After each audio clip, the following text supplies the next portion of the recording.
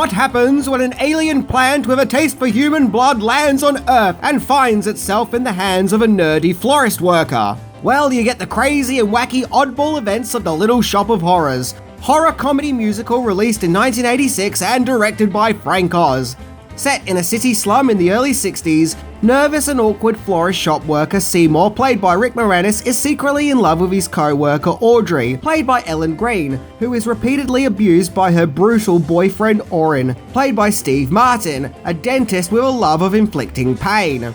In order to bump up business in the florist, Seymour brings in a plant that he found that fell from the sky, which he names Audrey 2. However, as the plant grows and starts talking, Seymour discovers that Audrey 2 is hungry and wants to feed on humans. And with the alien plant growing into a huge plant monster, Seymour must decide if he will be Audrey 2's accomplice and continue his newfound fame, or if he should destroy this monster. So today we are going to explore this musical tribute to the Monster B movies of the 50s and 60s by looking into 10 things that you didn't know about the Little Shop of Horrors. Feed me.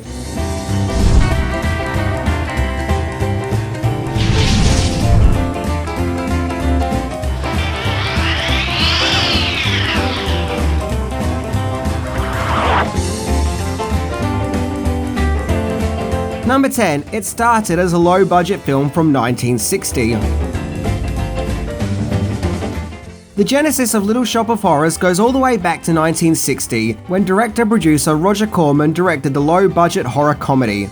It was made on an incredibly low budget and filmed in black and white, and recycled sets from his previous movie, A Bucket of Blood, and many of the actors used were actors Corman had previously worked with, including Dick Miller, along with Jackie Joseph, of which both Miller and Joseph would play Mr. and Mrs. Futterman in Gremlins 24 years later. The movie also starred a very young Jack Nicholson as a dentist patient who has a love for receiving pain. The movie was originally going to be called Passionate People Eater, but admittedly Little Shop of Horrors sounds cooler. The film was supposedly shot in just 2 days, and popular rumour suggests that this was based on a bet in which someone told Corman that he wouldn't be able to make a movie in 2 days, and thus he set out to prove them that he could. The film was released as a double bill with another movie called Black Sunday, and then re-released as a double feature with The Last Woman on Earth. And over the years, the original Little Shop of Horrors has increasingly grown a massive cult following. And in an ironic twist, believing that there wouldn't be any future interest in Little Shop of Horrors, Roger Corman didn't copyright it, and thus the original Little Shop of Horrors is in public domain. Number 9. Then there was the Broadway musical. The Little Shop of Horrors stage musical made its debut in 1982. It was set in the early 60s, as when the original movie was made, and thus the songs written for the show had a style of early 60s rock, recapturing a style of pop from that era and also giving it a Motown sound. The play's music was written by Alan Menken, who would go on to write the music for Disney classics such as The Little Mermaid, Beauty and the Beast, and Aladdin. The play's script was written by Howard Ashman, who was a collaborator with Menken and also worked on the as-mentioned Disney movies. Ellen Page, who played Audrey in the movie, previously played the part in many of the stage shows.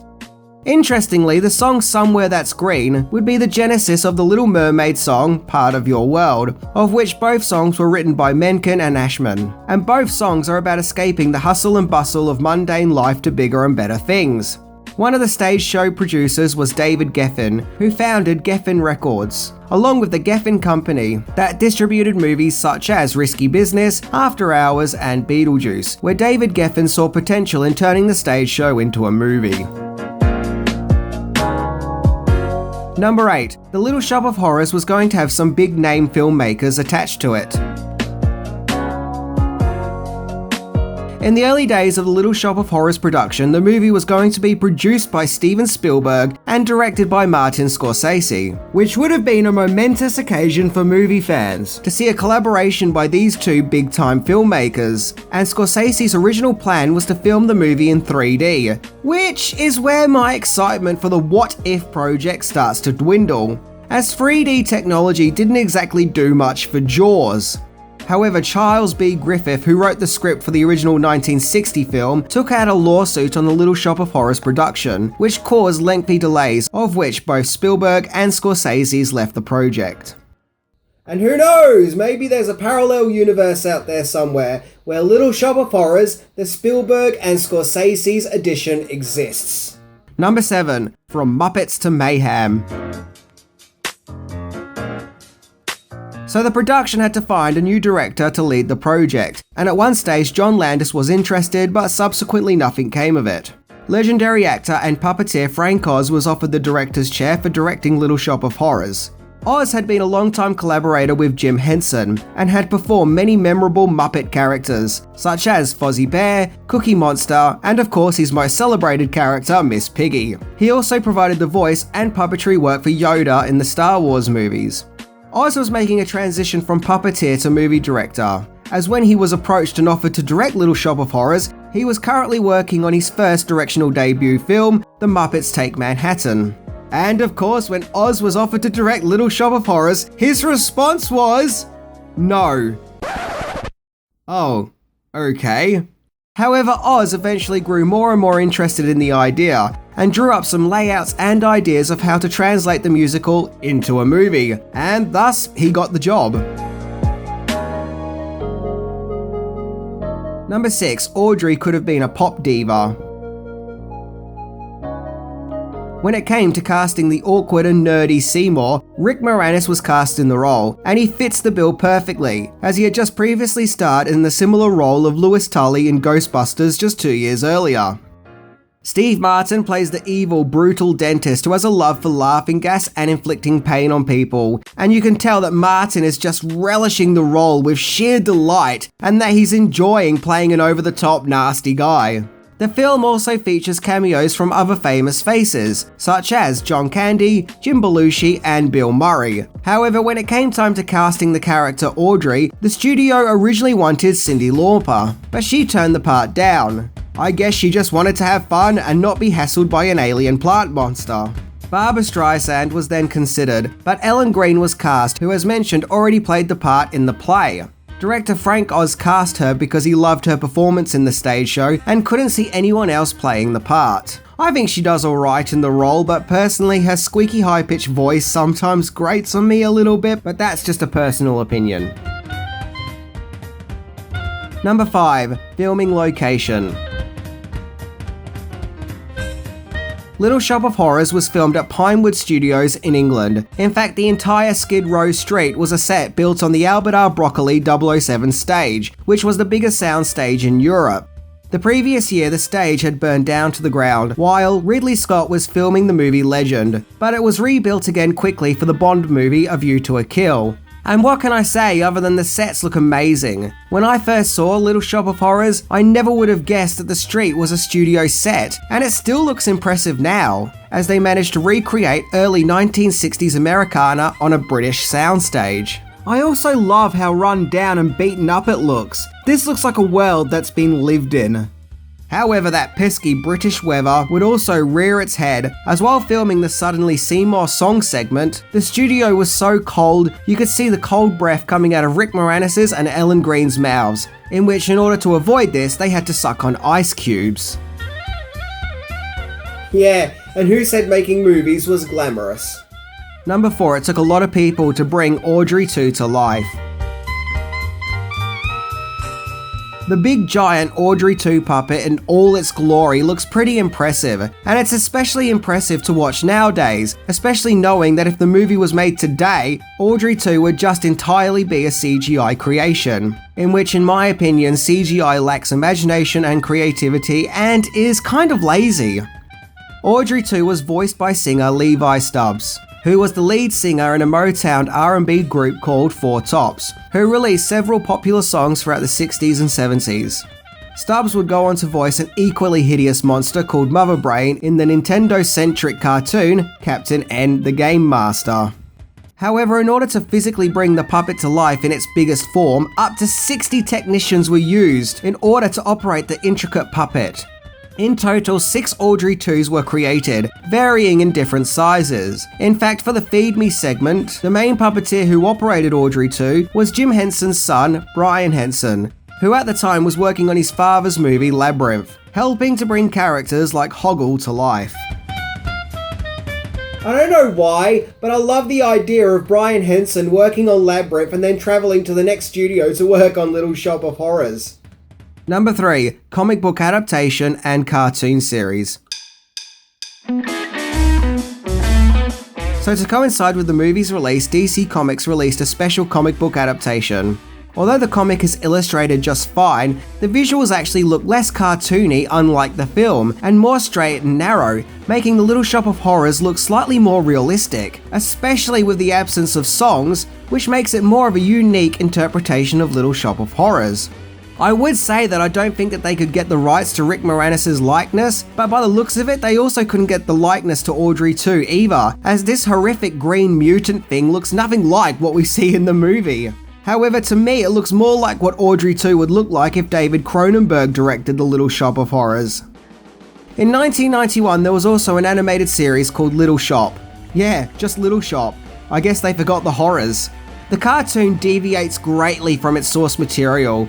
This time, Seymour is a 13-year-old boy, and Audrey 2 is now called Junior, and Junior is no longer an alien plant, but just a plant from an ancient plant seed. And each show would feature a moral lesson, because who else better to teach your kids life lessons than a giant plant that eats people? The cartoon only lasted one season, consisting of 13 episodes, and quickly became forgotten, probably because it deviated so much from the movie. Number 2. Original ending. There were several scenes cut from Little Shop of Horrors, one being a really bizarre dream sequence that Seymour has when he contemplates if all his newfound fame and riches is worth having to help Audrey 2 commit evil deeds, where we see inside his psyche and see all kinds of disturbing imagery, like a bleeding portrait of the Mr. Mushnik character, along with Seymour himself turning into a plant. However, the most notorious deleted scene is the original ending, which was much darker and way more bleak than the ending that we ended up with, in which Audrey 2 eats Seymour. Yep, he's actually properly dead. Where we see a frenzy of people buying Audrey 2's mini baby plants, where lo and behold an army of giant Audrey 2s destroy the city, in a scene of chaos and destruction. The special effects in this scene are pretty stunning for its time. In fact, 1/5 of the movie's budget went into this end-of-the-world ending. And I guess that it makes sense that the movie would end like this, as this is what the entire movie had been leading up to. So what happened? Well, to put it bluntly, test audiences hated the ending and wanted a happy one. And so Frank Oz had to go back and completely film a happier fairy tale ending. In fact, the ending is so over the top with being mushy, it almost feels like a frustrated retaliation to the demand for the ending to be changed. For the longest time, the original ending was only available on a black and white rough cut, which also had no sound, but it was brought back in all its glory and restored for a 2012 director's cut, where we can finally appreciate all the hard work that went into this ending. So, what's my favourite ending? Well, I am a sucker for a happily ever after, but the original ending that was cut of the world ending is a way more memorable ending, and a much more ballsier ending to wrap up the movie with. Number 1, Little Shop of Horrors found its place on home video. Despite positive and enthusiastic reviews from critics, Little Shop of Horrors really underperformed in the box office and made way less money than the studio had anticipated. Little Shop of Horrors only brought in $39 million on a $25 million budget. So why were the numbers down? Well, it could be down to the original theatrical poster, which looks really bland and doesn't exactly sell the movie. This secondary poster that was put together is much better and captures the manic energy of the movie. The low numbers could also be because musicals weren't really a thing at the time, but regardless, Little Shop of Horrors really found its place on home video, on VHS and Betamax, where the movie thrived and became successful, and from there the movie has become a cult classic, and many consider it to be the 1980s equivalent of the Rocky Horror Picture Show. But above all, Little Shop of Horrors is a wacky, manic musical love letter to B-movies of the past. And, well, what's not to love about that? What with its catchy musical numbers and interesting visuals, The Little Shop of Horrors is quite the unique movie experience. Now, it's probably not for everyone, particularly people who don't like musicals, but if you do love musicals and also love those wacky movies from the 80s, then you should totes check out Little Shop of Horrors. Anyway, I'm Minty, and apparently there's a reboot in the works with Lady Gaga. I literally read that this morning, and if it doesn't happen, this exit queue is going to look quite awkward in the future. See ya!